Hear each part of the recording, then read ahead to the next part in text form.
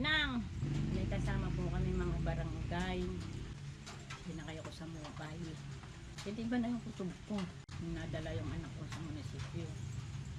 Ayaw ko siyang pinito. Iyak na ako, iyak. Tingnan ko, huwag nyo nang tingnan.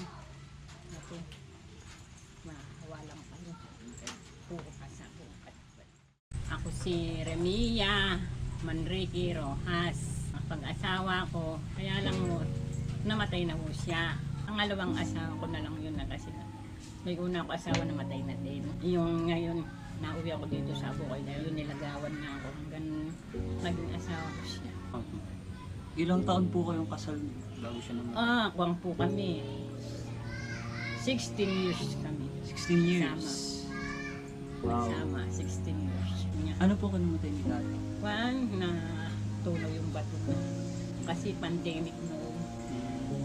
Una yun na umihi ng dugo. Pinagamot siya. Pagkayari naman naggamot din na siya nakakain. Nakikala siya. Tapos, yun nga.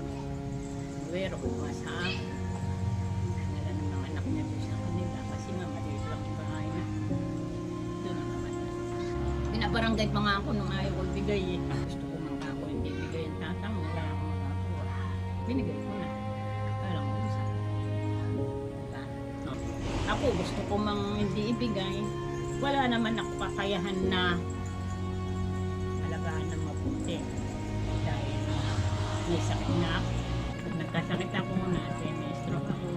Kala ko mamamatay na ako. Alos hindi po ako makalakad. Ito nga ako, nakatungkod daw ako.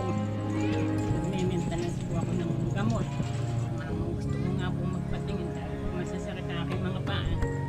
Hindi ko nga po magpatingin dahil kawalan po.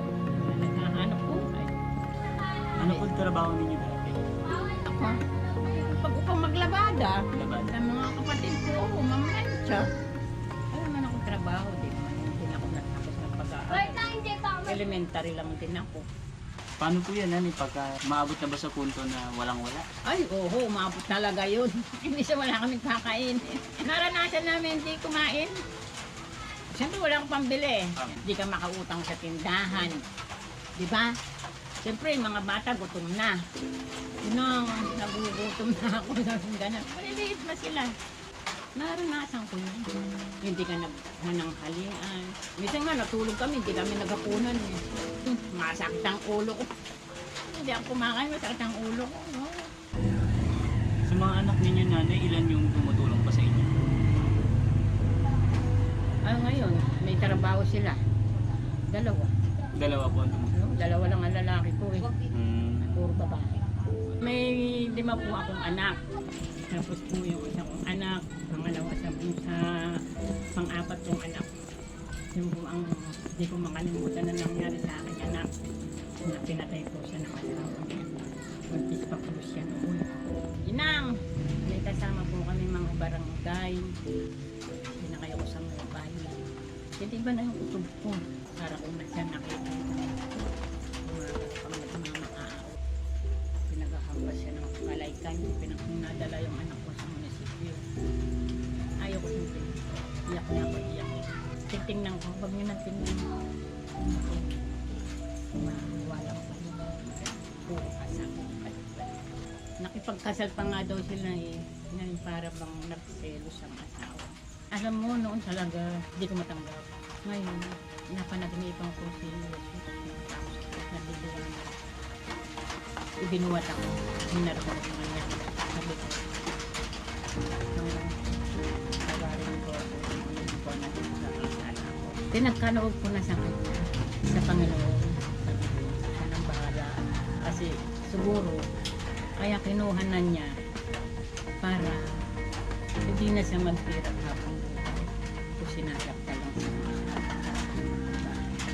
Yun naman ang hanggang hindi ko pinagkaloob sa ating Panginoon, hindi ako matahimik. May 5 po siyang anak. Yung panganay po niyang anak may asawa na. Yung pong ang 4 na anak natira po sa akin maliliit pa. Napalaki ko po sila.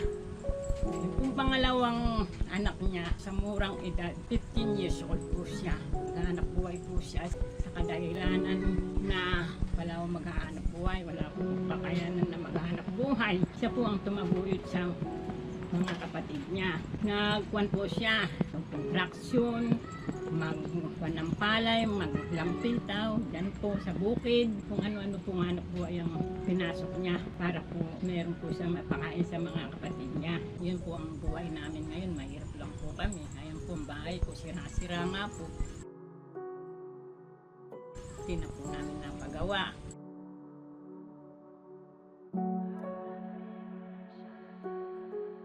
Hindi po ang hirap ng buhay. Ang sabi ko na lang, yun ang binigay na pagsubok sa akin ng Panginoon. Alam niya na kakayanin ko, hindi ko kakayanin. Hindi siguro hindi na nabibigay sa akin ng Panginoon. Ang iniisip ko na may plano sa akin ng Panginoon. Ibuta ko muna kay nanay ng 1,000 po. Ay, maraming salamat. Pandagdag po sa- Pambili ng bigas. Wala na nga kami bigas. Salamat. God bless sa inyo. Programa nyo. God bless. Sana lumawig pa. Salamat. Ako yung napili nyo.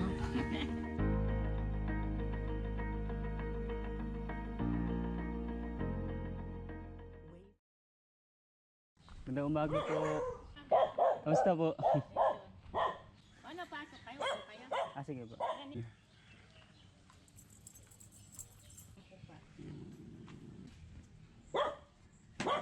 Tuwa po yung mga tao sa likod ng para kay Lolo at Lola team. Nag-decide po sila na abutan pa kayo ng malaking tulong kumpara po dun sa nauna ko binigay sa inyo. Salamat naman po. Una-una ito pong t-shirt na to. Binigay po nila para po sa inyo. Para, ano? Nasusunod ko na. Sige po ba?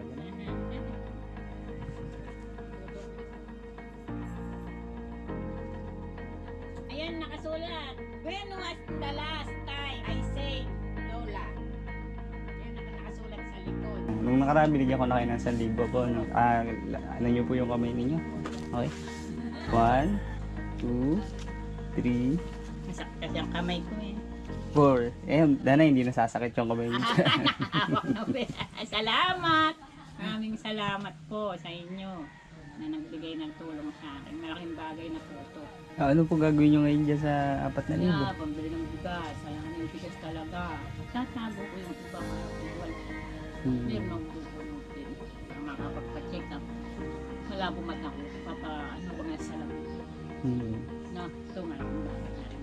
Anak po sa inyo. Mapasalamat ako.